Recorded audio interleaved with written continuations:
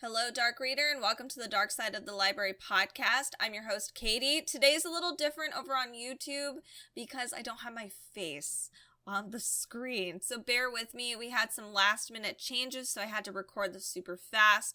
So you'll see all the book covers over on YouTube, and you can just chill and listen over on our podcast. If there are any comics, because today we're actually doing comics, if there are any that are of interest to you, make sure to check out our show notes at darksideofthelibrary.com and our socials, which are all listed in the description down below at Dark Side of the Library.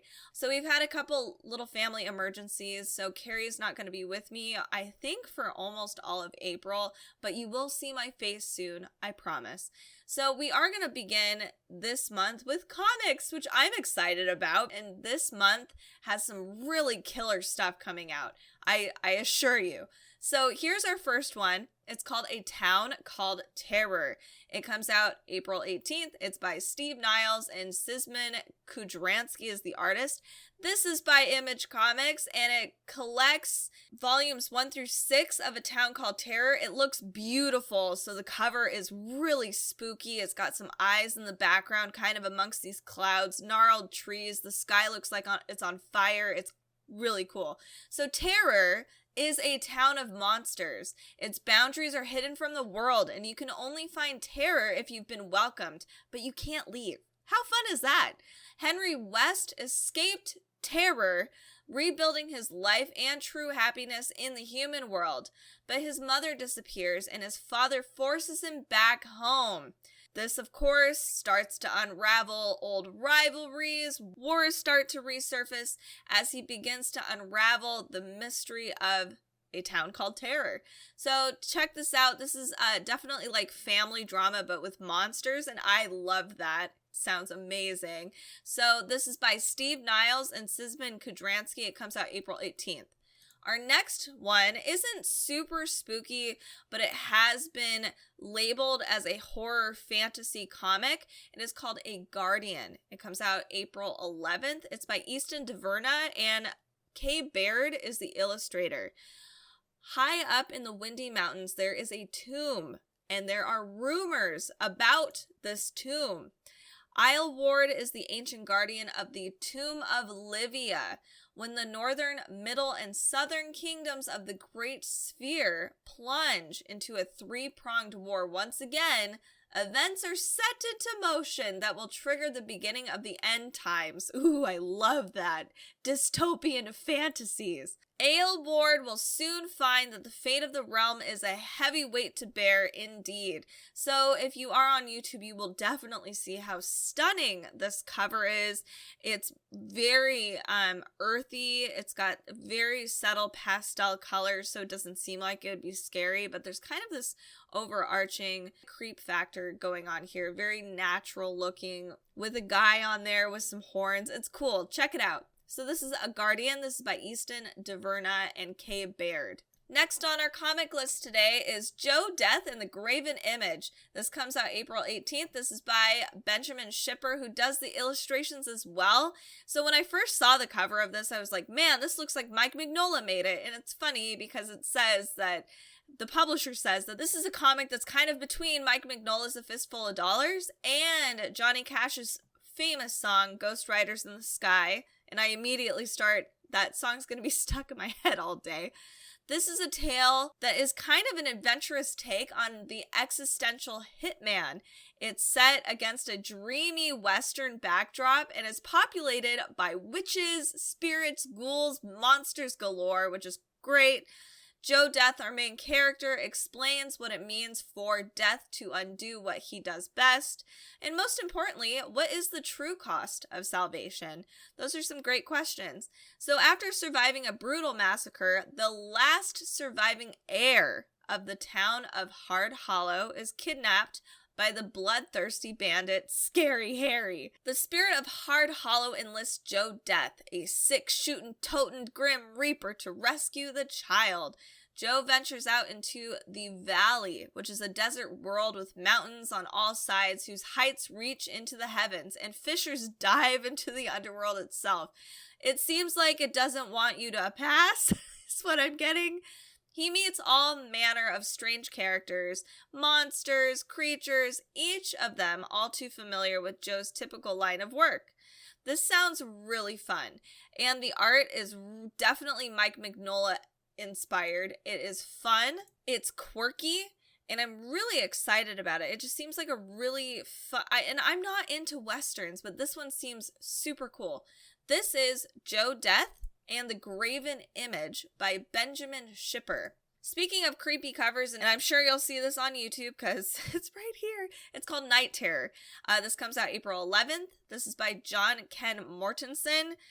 This has got a creepy cover. So it's definitely Edward Gorey-esque because it has all of those really sketchy lines making up all the entirety of the graphic novel.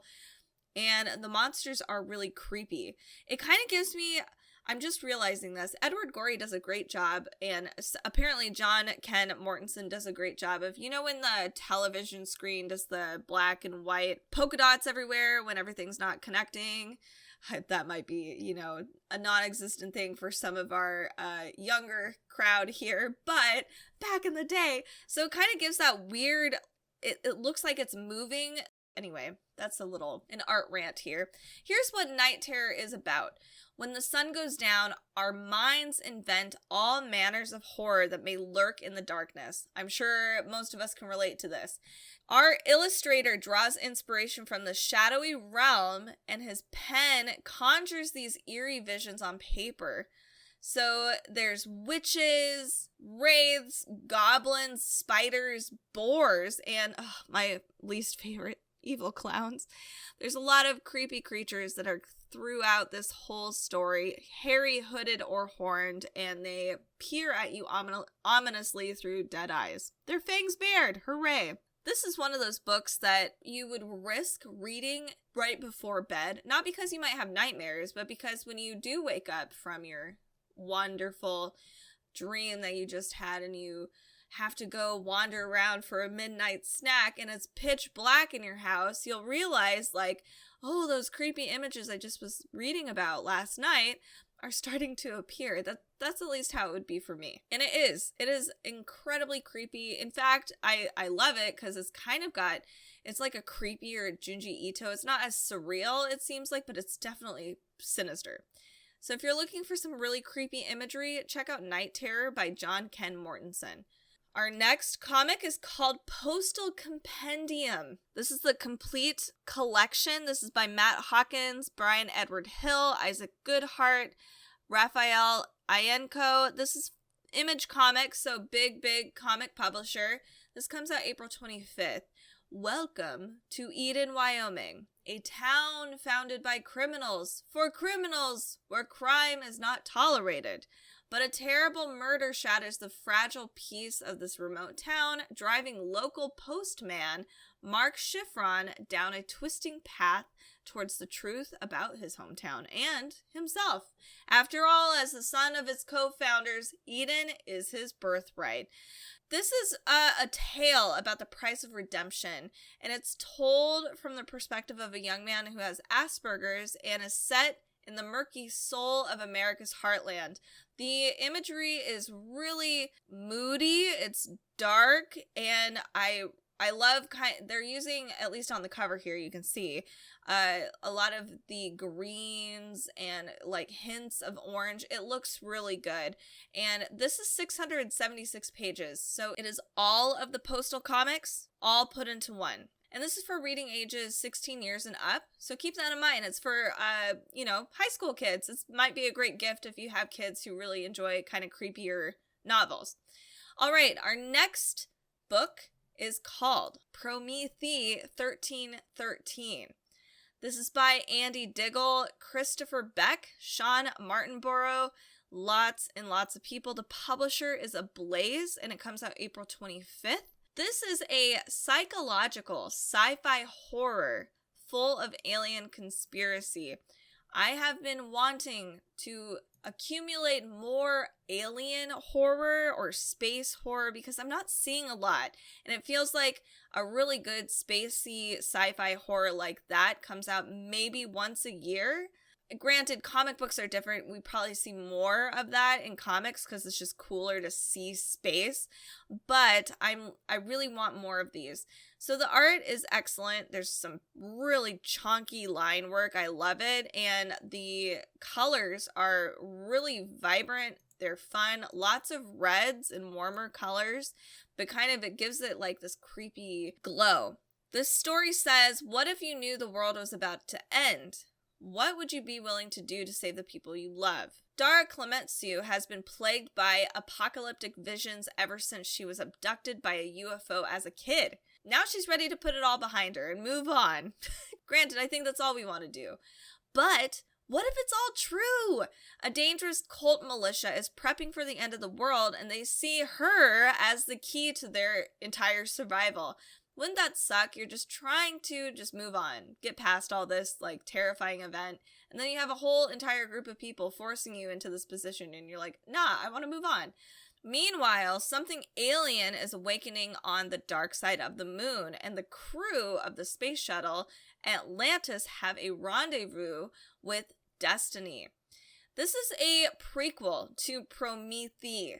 And that is Christopher Beck's best-selling graphic novel series.